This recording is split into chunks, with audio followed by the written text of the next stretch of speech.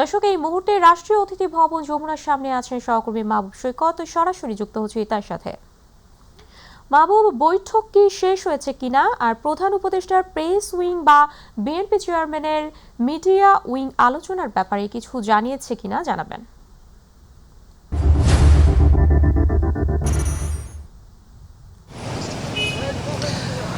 আসলে প্রথমেই আপনাকে যেটি জানিয়ে রাখা দরকার আপনার মাধ্যমে দর্শকদের, যে এটি কিন্তু কোনো আনুষ্ঠানিক আসলে বৈঠক নয়। একদমই প্রধান উপদেষ্টার বাসভবনে বিএনপি চেয়ারম্যান আসছেন সপরিবারে।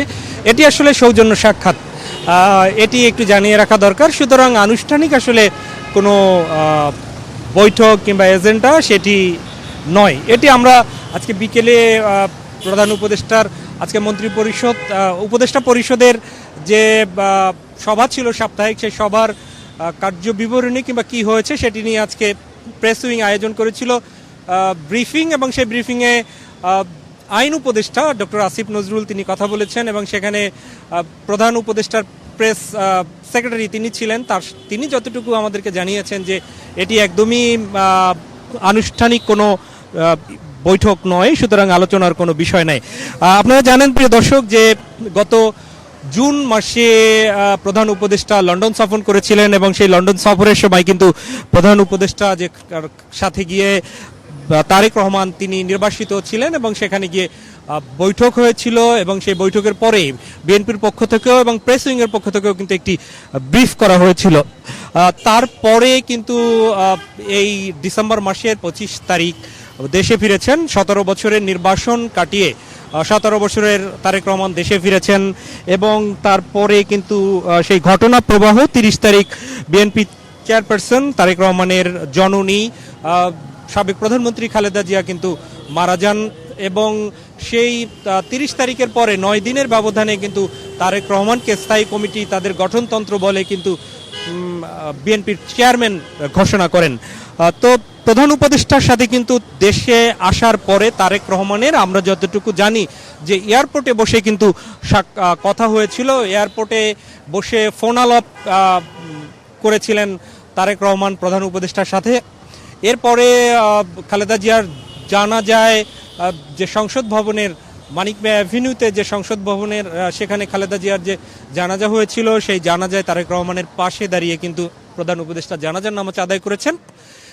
এর পরে কিন্তু তখনও পর্যন্ত কিন্তু তারেক রহমান ছিলেন বিএনপির ভারপ্রাপ্ত চেয়ারম্যান, এবং এখন কিন্তু আজকেই প্রথমবারের মতো, একদম বলতে গেলে প্রথমবারের মতো কিন্তু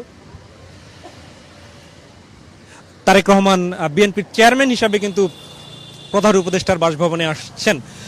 অনানুষ্ঠানিকভাবে প্রধান উপদেষ্টার প্রেস উইং যতটুকু জানিয়েছেন যে গোটা এই যে তারেক রহমানের স্বদেশ প্রত্যাবর্তন, বেগম খালেদা জিয়ার পৃথিবী থেকে বিদায় নেওয়া, এই গোটা প্রক্রিয়ায় সরকার নিরঙ্কুশভাবে সহযোগিতা করেছেন, এবং নিরবিচ্ছিন্নভাবে একটি কাঙ্ক্ষিত পরিবেশ ছিল সেখানে সরকার সেই সহযোগিতাটা করেছেন, এবং এর মধ্যে আসলে সেই 17 বছরের নির্বাসন কাটিয়ে তারেক রহমান যে দেশে ফিরেছেন তার সাথে সেই সপরিবারে, এই কারণে প্রধান উপদেষ্টা হয়তোবা তাকে দাওয়াত করেছেন।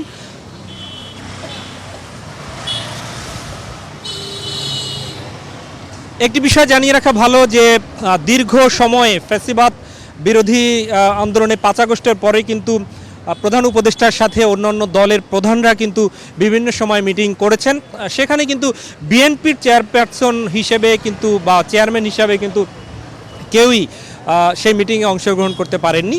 সুতরাং আজকে আমরা যতটুকু জানি যে সপরিবারে তারেক রহমান আসবেন, তার সাথে নৈশভোজেও অংশগ্রহণ করবেন।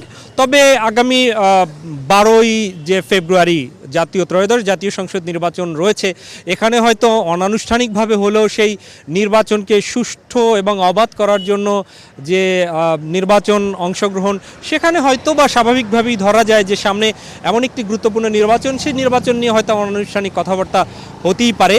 তো এই তাদের মধ্যে এখান থেকে তারেক রহমান ফিরে যাওয়ার পরে কোনো ধরনের ব্রিফ হবে কিনা, কেউ কথা বলবে কিনা, সেটি কিন্তু আমরা এখনও নিশ্চিত নই। প্রেস উইং থেকেও জানানো হয়নি, বিএনপির পক্ষ থেকেও জানানো হয়নি।